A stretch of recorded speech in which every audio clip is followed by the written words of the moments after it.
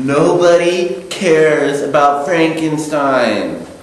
Even if you think you do, you don't. Probably don't even know who Frankenstein is. Everyone's all just like, oh, he's illiterate. He got bolts in his head, clumsy, and grunts a lot. He's just a monster. But he's not. He's not even a monster. It's Victor Frankenstein is the creator of the monster. The monster in the book doesn't even have a name because Mary Shelley's like, I don't feel like naming him. I'm not creative at all. She throws a bunch of coincidences together and calls it a book. Yay, that's...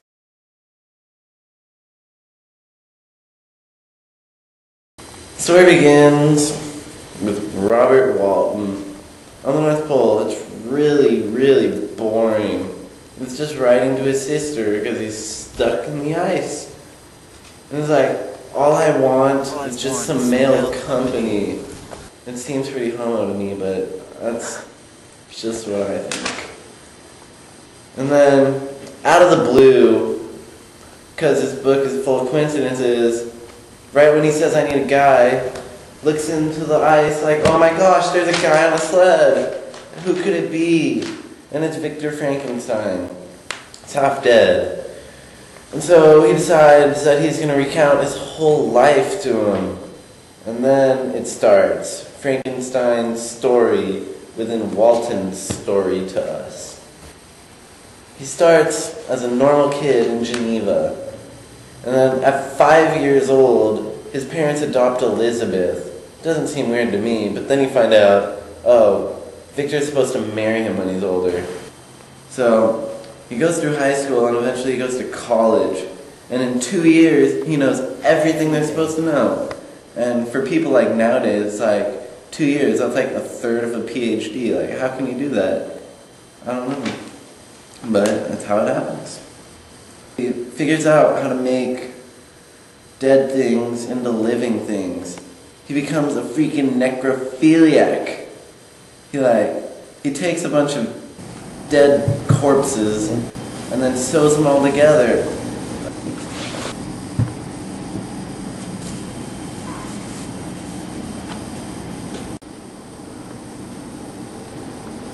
And then he makes it. On a dark and stormy night, yeah, Victor brings a stitched pieces of corpse to life. Oh my gosh, this is exciting! But how does he do it? How does he do it, Mary Shelley? I don't know. It kind of just happens. Victor thinks like, oh my gosh, I created a superior race of people. And it's like, uh-oh. But wait, you say, what's so bad about this monster? Does he club baby seals or throw soda cans in the trash instead of recycling them? Did he hit someone's mother? No, he didn't do any of those. He's just ugly, that's all. But frankly, who do you expect out of a bunch of dead corpses? You expect someone like me? No, you can't make this out of just dead corpses. This takes like perfection, and that's just a bunch of dead things. So, he sees the monster, and then he just runs away. And like, who else to run into than my best friend Henry Clerval? Oh my gosh, what a coincidence, seeing him. And then he's like, dude, you don't look so good. Are you sick? Like, yeah. It's like, man, I just saw the ugliest thing ever. So then Henry, being a nice guy he is, nurses him back to health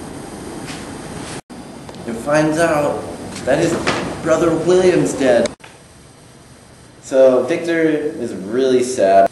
So right after he finds out his brother William's dead, he goes back to Geneva. Or he goes, but the city gate is closed for some reason. That's weird. So he just wanders around the woods. And who better to see than the monster himself? Like, what a coincidence. So he just runs away after. Goes for a nice little run to the Swiss Alps to see what happened. I mean, to relax, be at peace with his life. And then, of course, who better to run into again than the monster? It's so convenient how this book works. I was like, oh my gosh, I'm a beast, I'm gonna be able to take him. But then... I just want to talk.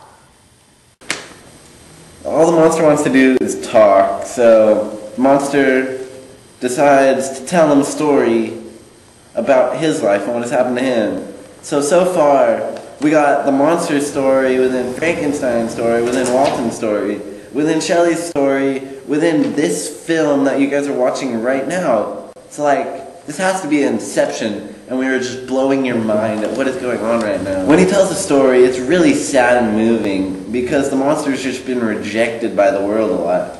And he just tells them how he stalks a family in the middle of the woods. He's generally a nice guy, but society doesn't accept him. And after he leaves the cottage, he saves a girl who's drowning. Like, that's a really nice thing to do. But then, the guy sees him with the girl, and is like, shoot him. You're done. But no, he didn't die. He just got an injured shoulder. Pissed at his creator, he's like, I'm gonna kill you, Victor Frankenstein.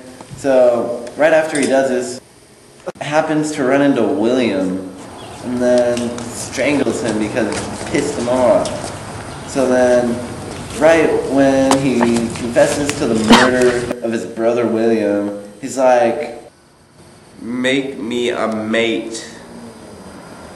so eventually he agrees to make the monster a mate, and then goes into solitude to make it. He's basically done with it.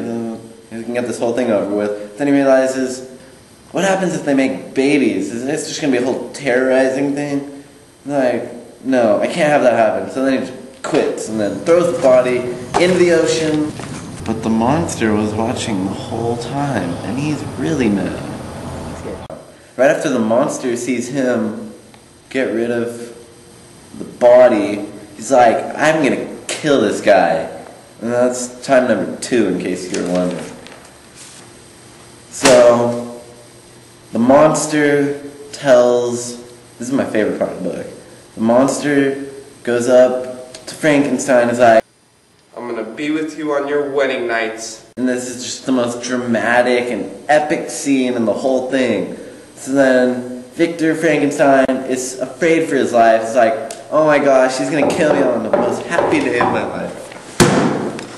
So then, he goes on a trip to Ireland, and then he's accused of murdering Henry, who is now dead. And he gets sick once again. And he wakes up in jail. But then he's let go. He's innocent. So he goes back to Geneva, and then he marries Elizabeth, which I guess it's not weird. Can't enjoy anything about his wedding night though, because he's so scared that he's gonna die by the monster. But the monster is not going to kill him. Of course he's going to go and kill Elizabeth. But he doesn't know that yet. And then he hears a scream from the upper bedroom. And it's like, ah! What the heck did I do? I should have been protecting Elizabeth instead of worrying about myself. I'm such an idiot. He tells his dad about the monster killing Elizabeth. And then the dad just dies of grief. It's his turn to say, I devote the rest of my life to getting revenge on this guy. So then, he goes to chase him. He goes to chase the monster, and then now we're basically at where to start. It ends. And then he ends up at Walton's ship. So we're finally at the end of the book. Wow. So now we're finally at the end of the book, and it's also the beginning of the book. So it's like the same exact thing. Victor is now on the ship. He's telling Walton the whole thing, and then soon after telling him the whole story, he dies. And then Walton sees the monster crying. And then his crew's like, oh my gosh, can we just go home now? And he's like, yeah, sure. And then they leave. And the monster goes off and dies. That's the end of the story.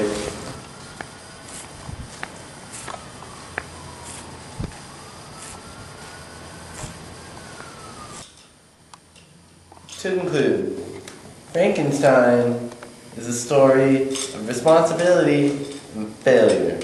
And the moral of the story, as I see it,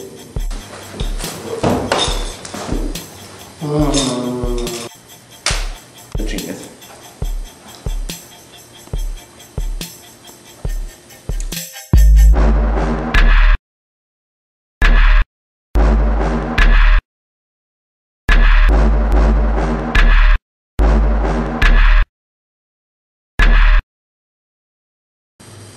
Did we do this out of order?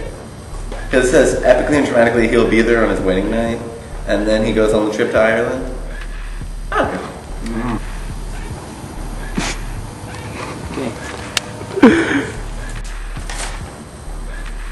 Where's freaking Eddie? Oh, just ugly. Yeah, that's why we have to act and stuff. Do it paint. Right.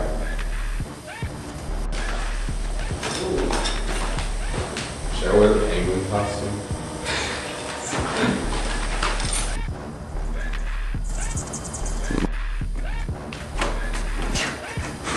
Hey.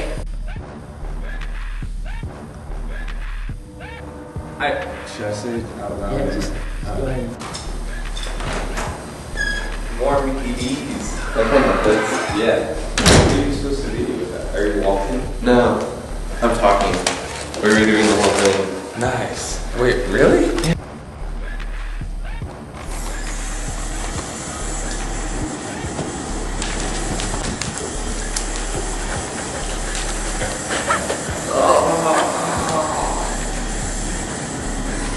Dang it. I guess I deserve that.